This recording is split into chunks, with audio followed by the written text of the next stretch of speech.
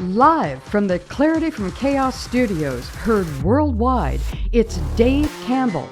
And so Dave and his guests explore, discuss, and work on solutions to some of life's biggest challenges. So, if you're ready, be prepared to be enlightened, amused, and even shocked by what you hear. And now, the real, the authentic, the one and only Dave Campbell.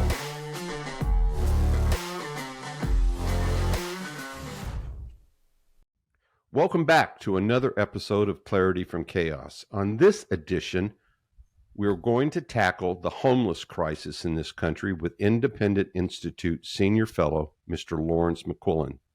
Lawrence is a Senior Fellow and Director of the Center on Entrepreneurial Innovation at the Independent Institute. He is also the author of California Dreaming, Lessons on How to Resolve America's Public Pension Crisis. Welcome to the show, Lawrence. Hey, Dave. It's great to be with you. So I want to start by kind of framing the problem, because if you listen to the mainstream media, it's a housing problem, but it's not a housing problem. It's in a lot of cases, poor behavior problem, but then in a lot of cases, it's a complex behavior problem. So your thoughts? One of the biggest mistakes that progressive cities around the United States have made is they've misdiagnosed the problem, and they've diagnosed it as a basically insufficient housing supply problem, when in fact it really is a substance abuse problem, a mental illness problem, and housing is a contributing factor, a complicating factor in many cases, but it's not the primary driver of this issue. It's more, behavioral issues that have resulted oftentimes from untreated trauma in people's lives, and this is the way it manifests itself. So it's very unfortunate. I mean, we have to be clear. I mean, just one case of homelessness is one case too many. It's a complicated and tragic situation to be in that situation. So, I think we need to admit that up front, but also recognize that, there's a lot of individual counterproductive behavior going on that's driving the problem forward. And some cities around the country, unfortunately, have, subsidized and encouraged the problem rather than trying to tackle the root causes. Yeah, I just saw what Portland was doing on the news tonight, and it's unconscionable. I mean, they're basically rewarding bad behavior. I'm not trying to downplay that a lot of those people have issues and problems that need to be addressed, but the way that they're approaching it is either just throwing money at the problem, which doesn't do anything except make the people in the peripheral who's collecting that money richer. It doesn't help the people on the street. That's obvious. And they're just, it's almost like they feel like they can't, because of their own ideology, they can't tackle the complex issues. Right. I think a lot of people think it's being mean to the people to make them actually become connected with services that could potentially help them. But it's not being mean. And as you pointed out, cities are contributing to the problem by subsidizing counterproductive behavior. An example is San Francisco. If you live in the city, you're a resident of the city for 1 month, you qualify for cash assistance up to almost $1,000 a month. And many times, there's YouTube videos of people saying, they literally pay me to be homeless in San Francisco. And Exactly. People use this cash to get drugs and alcohol, unfortunately. And also then they're allowed to basically live wherever they want to in public spaces, sidewalks, streets, alleyways, parks, you name it. The city accommodates them by providing them, space to live their lifestyle as well as cash to live their lifestyle. So, cities have a lot of blame to go. The bigger, more progressive cities have a lot of blame themselves for perpetuating this problem, and as a result, they become magnets because word travels. I mean, it gets out. Where's the best cities to go if you want to live this lifestyle? And these people are many times they have one overriding focus, which is where they're going to get their next high from that day, and it becomes just all consuming in their life. So these cities are, they contribute to their own downfall by subsidizing these issues. Yeah, and the other thing that they do is they restrict or cloud the whole effort of the people that are there by poor circumstance, right? That need the services, that need the mental health facilities, that need job counseling, that need some way to take the next step up and out of that situation. You have that small subset of drug abuse in there, so everybody kind of gets roped into that whole there's nothing but drug addicts on the street, which I don't believe is the case.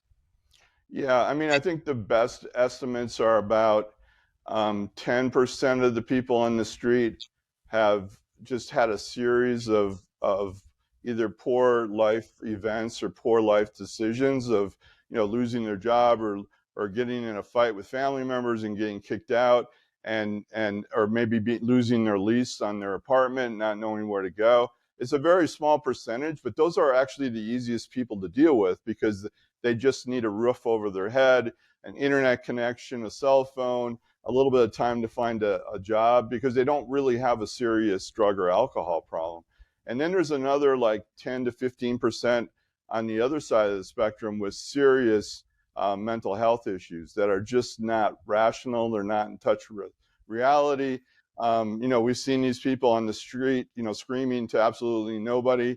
And, those people need, serious clinical diagnosis and help. But the middle is probably about 75 to 80% of the population. And these numbers come from people that have dealt with this homeless population for decades. It's about 75 or 80% of the population that have serious substance abuse problems. And Right. or minor mental health issues where they could be helped considerably with treatment, with medication, and they could be back up on their feet thinking rationally soon. So it's kind of that big middle area that is that we see most visibly, I think, in the streets of people with serious substance abuse issues that live in these large tent encampments that we see sprawling up all around the major metropolitan areas, especially in the West Coast. Yeah, especially I was going to say on the West Coast. Is this an R and a D problem or just a problem? Is it does Yeah, it span? Yeah, yeah. that's Go an ahead. excellent question. I mean, I see it as a progressive Okay. problem. I don't know if that's D or not. I mean, that could be a little bit of Well, everything. I think Yeah. in today's environment, Lawrence, I think it covers the spectrum, really. Yeah, because it's people who think that they're doing good. They want to do good. They think it's being mean to make the people actually have to leave the street and be introduced into treatment facilities. And they kind of they throw money at the problem thinking that's going to solve it, which doesn't. San Francisco, for example, all in government, federal, state, local government, plus the private sector spends about $1 billion a year overall in San Francisco for a homeless population that at any point in time is about 9,000 people. So I mean, it's just an incredible amount of money is pushed into that, and that makes people feel like, okay, I'm doing my bit, I'm paying my taxes, and we must be solving this problem. But their eyes have to tell them that this is failing, it's not working.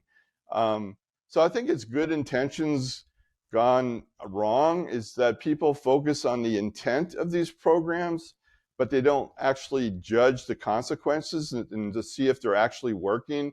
And there's just such a homelessness industrial complex that has been Yeah. built around this, of all Yeah. of these groups that feed off the status quo, and they really push back and resist any major change that would really have a positive impact in the problem. Well, I just saw that they've released almost 400 million. HUD did almost $400 million at the problem. But again, out of that, I kind of equate it to charity organizations where you end up seeing 90% of your donation to the charity go to administration and 10% actually goes to the cause that you were donating to. I kind Right. of equate that to what, when I sit here and look at politicians and you just, threw out the example of $1 billion over 9,000 people, that's a substantial amount of money per person. Yeah.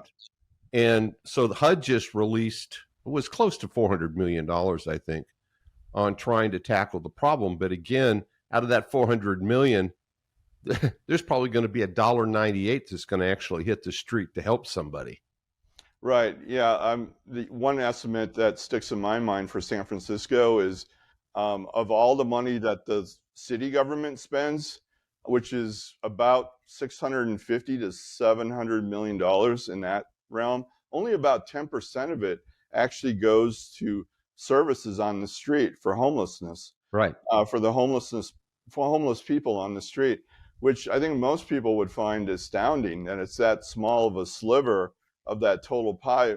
Most of the money actually goes to rental assistance to prevent people from becoming homeless. So they give vouchers and checks out to people to pay their rent. The other one is to build or lease what they call permanent supportive housing. So this can cost in San Francisco. I mean, if you're going to buy a building, and you're looking at $200 million in some cases, and you're only going to house within that building maybe 50 to 70 people. So do the math. I mean, it's just an incredibly expensive way to try to approach this problem if you're going to try to put a roof over everybody's head in the most expensive city in America to build and to rent. But that's the approach, is what's called housing first. That's kind of been the progressive approach for the last 10, 20 years, where their goal is to give every homeless person a permanent home and get them off the streets permanently. But you just can't do that. It's just way too expensive in California to approach Well, it that way. and it doesn't fix the problem. Right. You could give somebody a house, but if you don't fix the underlying problems around it, you're going to end up with a trash heap at the end Right. of And the day. that's exactly what's happening. And then what do you do, right? Then you come in and condemn it and Yeah. bulldozer it over. It's just ridiculous. Well, That the thing that we found, in California and Los Angeles, San Francisco in particular, is that people cycle in and out of homelessness or permanent housing. So you could put them in a permanent housing situation, but they oftentimes won't last there very long. Either they break the rules, there's curfew rules, there's rules about drug use and alcohol use, or the violence against other tenants. They can't get along with people, so they end up either back on the streets, or some people actually have like a second home. They keep a tent in their old tent encampment where their friends are. So they'll have a roof over their head when it's bad weather day, but Right. otherwise they'll spend it in a tent with their friends using the drugs and alcohol that they've always used. And as long as they check in every 72 hours, they can keep the permanent supportive housing, even though most of the time they're not even staying there. Wow. So let's shift gears a little bit. I've been doing a lot of reading about the San Antonio approach, where they have a complex that they built for $100 million, and I'm just rounding off the numbers. And 60% of that was private donation. But it's a large campus, and it seems to be working. They have 30 some odd plus agencies from different aspects of attacking, mental health, physicality, jobs, the whole 9 yards, and a place for people to sleep, get 3 square meals a day, so on and so forth. So if I look at the numbers, Lawrence, that they're throwing out here, and I take 10 of the top cities, for example, and I build a 20-acre campus like this, that basically covers the 400 million that the government just threw at it, but it takes the government out of it, right? It relies on civic minded individuals, private donation and so on and so forth. But they're getting real results because I think the key issue here is politics is not involved in it. Right. Yeah, San Antonio has a fabulous program there. It's called Haven for Hope, and it's right outside of downtown San Antonio. And as you mentioned, they built it for about $100 million, but it can serve 1,700 people at any given time. I think about 20,000 people have been helped by the program since it started. Yeah. Including about 6,000 people who have found permanent housing and have remained housed after 1 year. About 92% is the rate. So it's been incredibly successful. It's a 501c3, so it's a nonprofit. It has a separate board from the city. I think some of the city officials might be on the board, perhaps the mayor, Okay. but it's Right. not dominated by the city. And as you mentioned, it's a one-stop shop where people can get not only just basic care like a place to sleep and a shower, a toilet, laundry facilities, a place for their pets if they have them, but also it has what they call a transformational campus as well. So when you're ready to enter treatment, you can knock on the door or ring the bell, and they'll bring you in and right away get you connected with the services that you need. It's not like they tell you have to go on the other side of town to get this service like they do in San Francisco. They have everything there in one location, so it's really efficient. It reduces transaction costs, and I think it really reduces the inability of people to connect easily with these services. So it's a fantastic model. I think for other cities, it's proven to work well. The operating budget it operates now at about, I think, $40 million a year, but Yeah. it basically doubled over the last 2 years, which I think is probably due to extra COVID money spending. But it's a relatively inexpensive operation for the bang they get for their buck. They have 24-hour security to protect both the residents on the campus, but also the surrounding neighborhoods. They've never had one incident of serious violence on the campus. And they have trained professionals there to deal with this subpopulation that requires special knowledge about how to diffuse situations and that sort of thing. Unlike if you just put people in hotel rooms like San Francisco does, you don't know what's happening in those facilities. You don't have on-site security 24/7. So it's a much safer situation for not only the homeless, but also the surrounding communities and neighborhoods, and also the neighborhoods where the homeless used to be. They have all of the quality of life issues that when you have large encampments in your neighborhood, you're going to have lots of problems that go with that, including syringes and everything on the sidewalk that you can imagine. Fights, fires are common, high crime. So you clean up the neighborhoods too where the people used to be. So it's really been a win-win-win, and the community has really supported it, got behind it. I think they have like 1,000 volunteers a year that work there. So it really, encourages, this sense of community. We're all in. We have a campus that we can call our own that's solving this problem. So I think it really has kind of bound the community members together around this issue. Yeah, I'm sure that there's probably a small percentage that don't commit to going to the campus, that stay out on the fringes or whatever. So, I'm sure that the people that want to throw stones at something like Haven for Hope will say, well, it didn't completely cure the problem. But I would say that it probably cured the problem as much as the problem can be cured. And it's certainly a step in the right direction. But, all of those people that collect that $1 billion, like in San Francisco, I'm sure that they're going to scream to high heaven if you started taking, the Benjamins out of their pockets for all of this, and actually built a campus somewhere, and then gathered all of these folks up and took them there and basically enrolled them, in the campus and in that setting. Mm-hmm. Well, one thing that I have some numbers for that were the effect on downtown San Antonio, for example. Their homelessness population dropped by 77%. I mean, that's a really significant drop. And Sure is. people I've talked to said they walk around there at night and feel safe.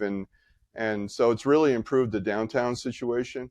But one of the things, well, a couple items here. One of the things that was brilliant, I think, about Haven for Hope is that they brought in the nonprofit service providers to collaborate with them. They didn't cut them out. So they didn't get a whole lot of pushback by the current providers of services for the homeless. And they collaborate, I think, with 135 different partners, 70 of which are actually on site at this campus. And then for the off-site ones, they have shuttles that will take the people to the program.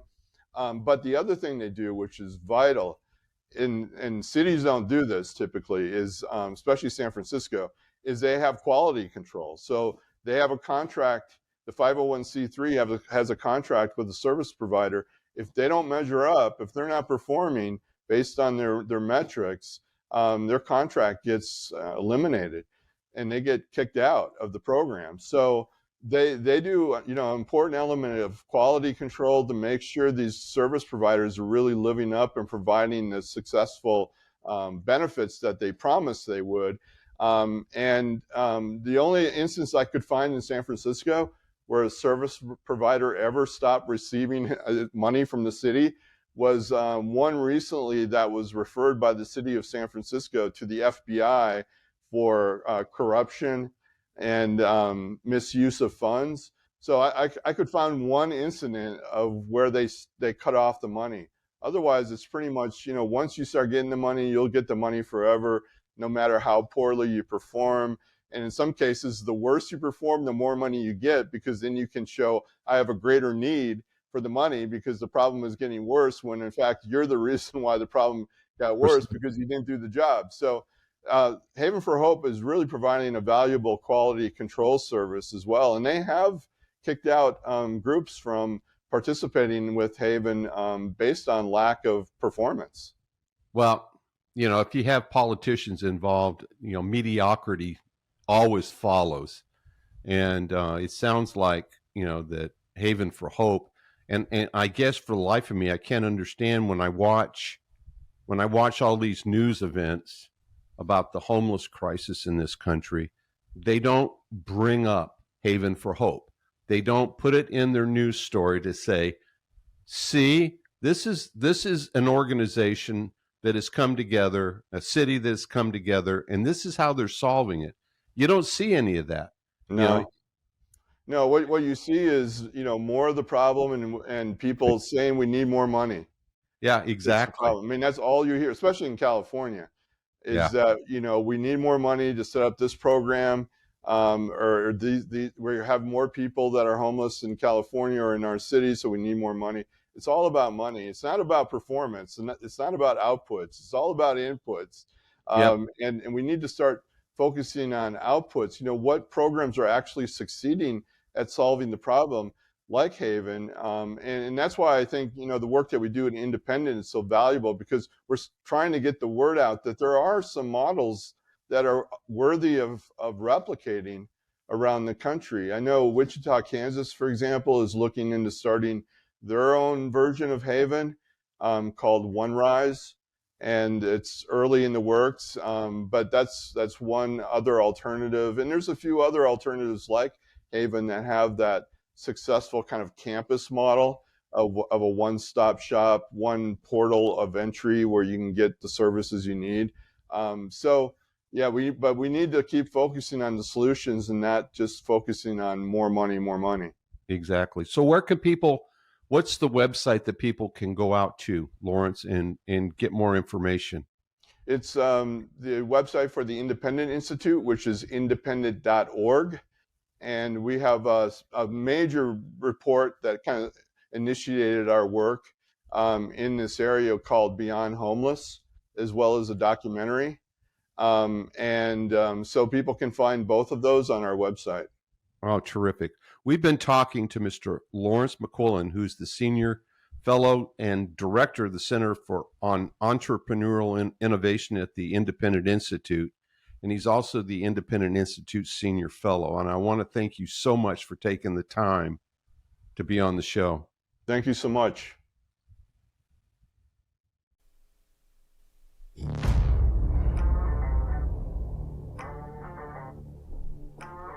Thank you for listening.